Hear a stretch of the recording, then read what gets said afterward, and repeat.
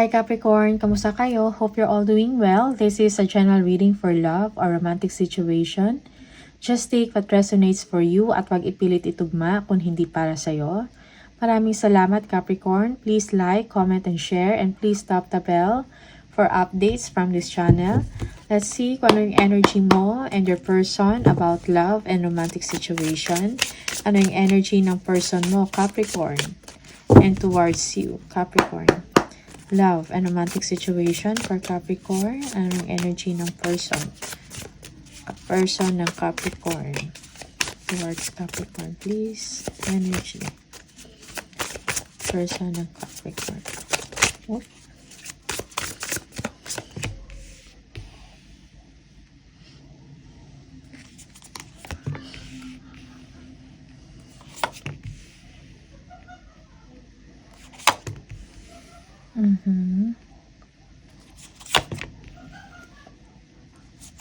You love this person very much, no? Masaya ka pag kasama mo siya, Capricorn. Parang gusto mo lang yung fun, no? Or being together with your person. But it seems yung person mo parang meron siyang ibang problema, issues, or iniisip. Yeah. Yes, okay. There is an energy of a third person here. Maybe parang yun ang reason kung bakit hindi makampante ang inyong person. Okay? Pinapakiramdaman niya ang kanyang sitwasyon, ang sitwasyon ninyong dalawa, and the other person. Okay? Maybe your person also is thinking about marriage or having a family. But there is a distraction, no? But this person, mahal ka ng person na to, pero parang nasa evaluating stage siya, thinking about family or marriage. Okay? For some of you, you are already committed with this person. Masaya ka with this person. Okay? Pero mayroong something na kailangan i-heal. Because mayroong something, no? Something fishy, no? In the relationship. Yeah. Or some of you, you are getting information. Sneaking. Tinitingnan ko anong nangyayari sa person ninyo. Okay. You want to fix things with your person. Parang may kailangang ayusin sa inyong connection. Okay. There is a challenge. Parang kailangan ng security and stability sa inyong connection or sa inyong relationship. Okay. Yeah.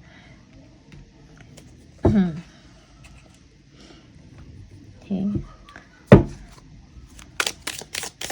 Pero ikaw, Capricorn, parang nararamdaman mo na that something is wrong with your person. Yeah, and you want to know kung anong nangyayari, no, sa kanya. You want validation sa inyong relationship, plano, okay, stability ang sa isip ninyo. Let's see, ano to yung Queen of Cups, please. The person. Eight of Swords, yeah. Kulang ng confidence, no? Yung person ninyo. Merong instability sa part ng person ninyo, okay? Merong gumugulo sa isip niya or merong distraction. Maybe this person is parang meron na siyang nararamdaman with the other person. Something like that. Okay? Or he or she is lacking confidence, no? Sa inyong relationship. Pinag-iisipan pa niya, hindi na siya ganun ka-confident. For some of you. Okay, tingnan natin. Nine of Swords. Yeah, King of Pentacles. Okay. May kailangan pag-usapan, no? Honesty, honest communication sa inyong dalawa. I-clear kung ano yung kailangan i-clear. Like yung path, yung future ninyong dalawa if you are already engaged with this person. Okay. or committed ka na sa person na ito. Your person also is thinking about material things, about work, about his or her finances. Okay.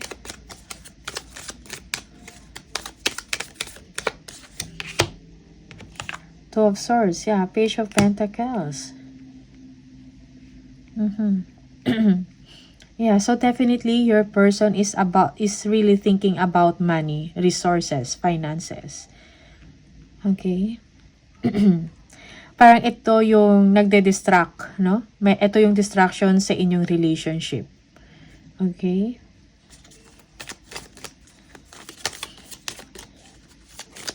Ten of Pentacles. Tingnan natin. Ooh. So, come what may sa part ng person ninyo. He or she will just take chances, no? Kung anong mangyayari sa inyong sitwasyon. Yeah.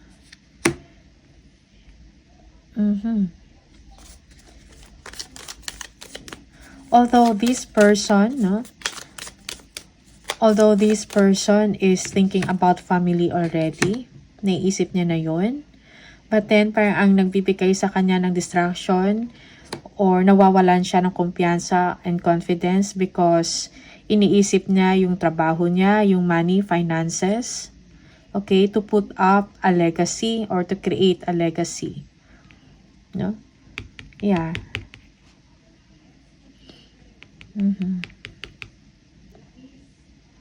Yeah, for some of you, there is a third party involved, no, another person.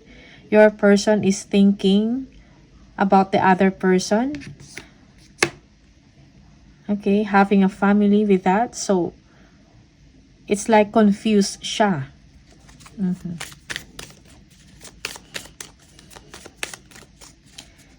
Okay. So, meron talagang distraction sa inyong relationship. But you sensed it, parang nasisense mo na to, nararamdaman mo na to, Capricorn. That's why gusto mong kumuha ng information pa kung ano nangyayari sa person mo. Okay? You want healing, no? And you are hoping na sana merong magbago, na positibong pagbabago sa dynamics ng inyong relasyon or sa inyong connection. Okay? Mahal mo yung person na to.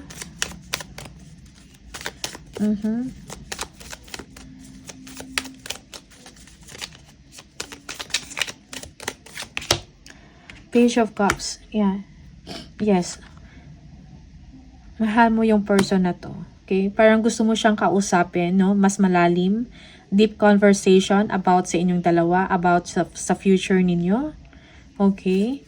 But it seems that your person is really, hindi niya lang sinasabi sa inyo, but kailangan niya ng confidence.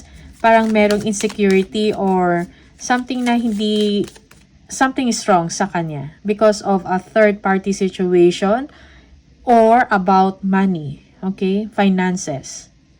Parang yung priority ng person mo siguro is about finances. Okay? Paano umunlad or paano siya mag-progress sa kanyang trabaho. Okay? Nakafocus siya sa kanyang finances.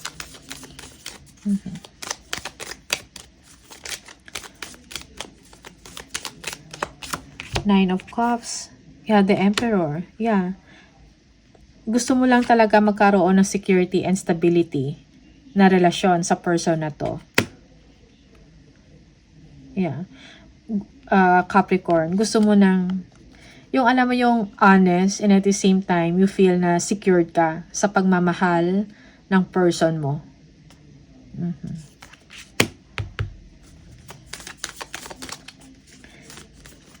Okay.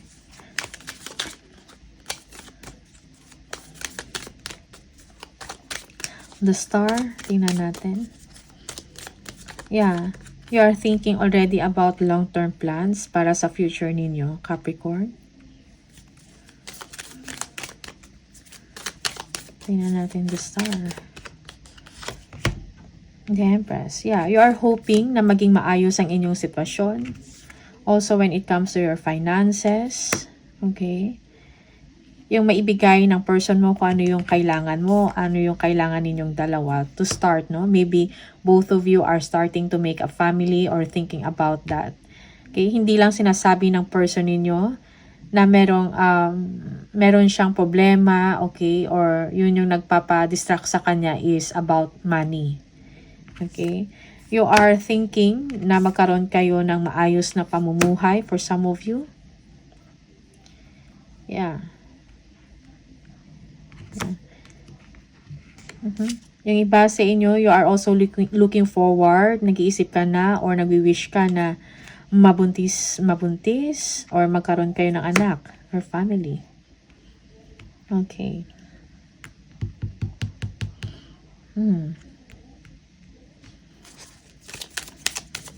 Seven. Just take what resonates, Capricorn, and leave the rest. Okay. Planning, no? Yung totoo or yung matibay na planning, hindi yung planning lang tapos walang action. Okay, ayaw mo niyan, Capricorn, and yun actually yung problema, yung challenge sa inyong sitwasyon. You want action from your person, you want result. Okay, 7 of Swords. Yeah, 6 of Swords. Okay. Yeah. You are trying your best also, Capricorn, no? Na para umiwas kayo sa conflict or arguments. Okay? Parang hindi, or umiiwas ka na rin sa sitwasyon. You know that merong problema, no? Maybe sa finances then you are aware of that. But then, to avoid conflict or arguments, umiiwas ka na lang. Okay? Yeah. Also, your person, no? Parang tinitingnan niya na lang or hayaan niya na lang kung ano yung mga possibilities na mangyayari sa inyong dalawa and most especially sa finances. Okay? Yeah. Pero distracted yung person ninyo. Okay? Regarding sa stability ng inyong pamumuhay or ng inyong relasyon or connection. Okay? Yeah.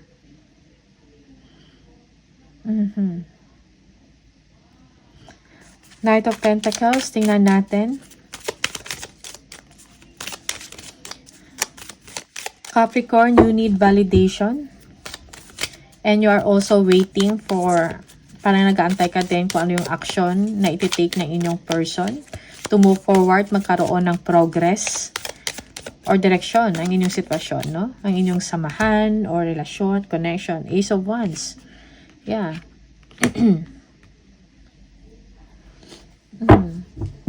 For some of you, kailangan ninyo i-spice up ang inyong relationship, no? Through planning about the future.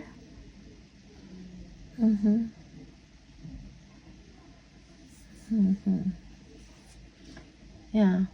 Parang kailangan ng something fun, no? And adventures, no? Sa inyong relasyon. Okay?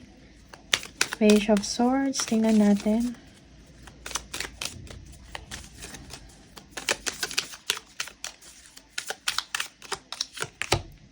Yeah, the Queen of Wands. Yeah.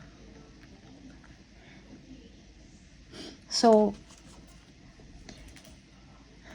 Capricorn, huwag kayong mawalan din ng pag-asa. Be confident. Trust the relationship.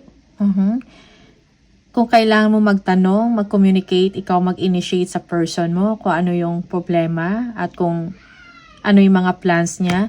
So, be confident. Be open to your person.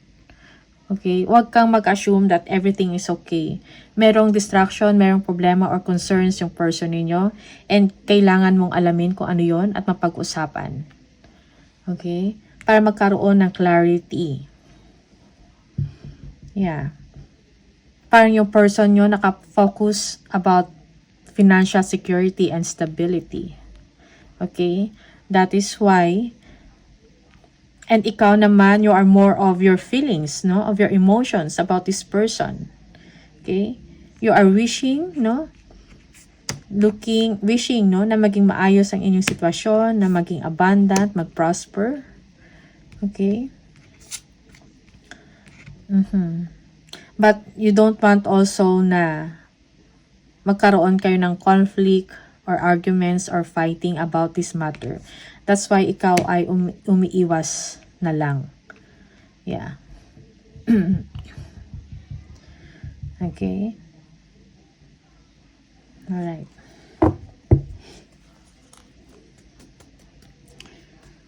Tingnan natin. Additional message for Capricorn, please. Yeah, for some of you na may third party, another person involved. Your person is healing, okay? Nagkaroon siya ng mga realization, no? In the situation. Yeah. Mahal ka ng person mo, hindi lang din siya ganun ka-expressive, no? Sa kanyang nararamdaman. But he or she wants a new beginning with you. And kailangan mo yung validation na yan. Kailangan, you feel na kailangan ng person mo i-communicate yan sa inyo. Capricorn. I know that I crossed the line with you. Okay? Random messages from your person, Capricorn.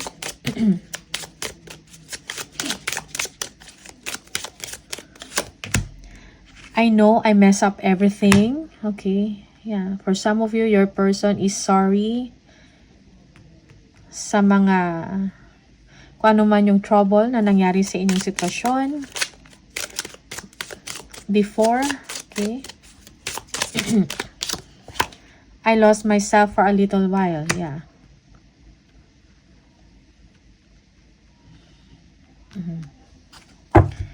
Okay.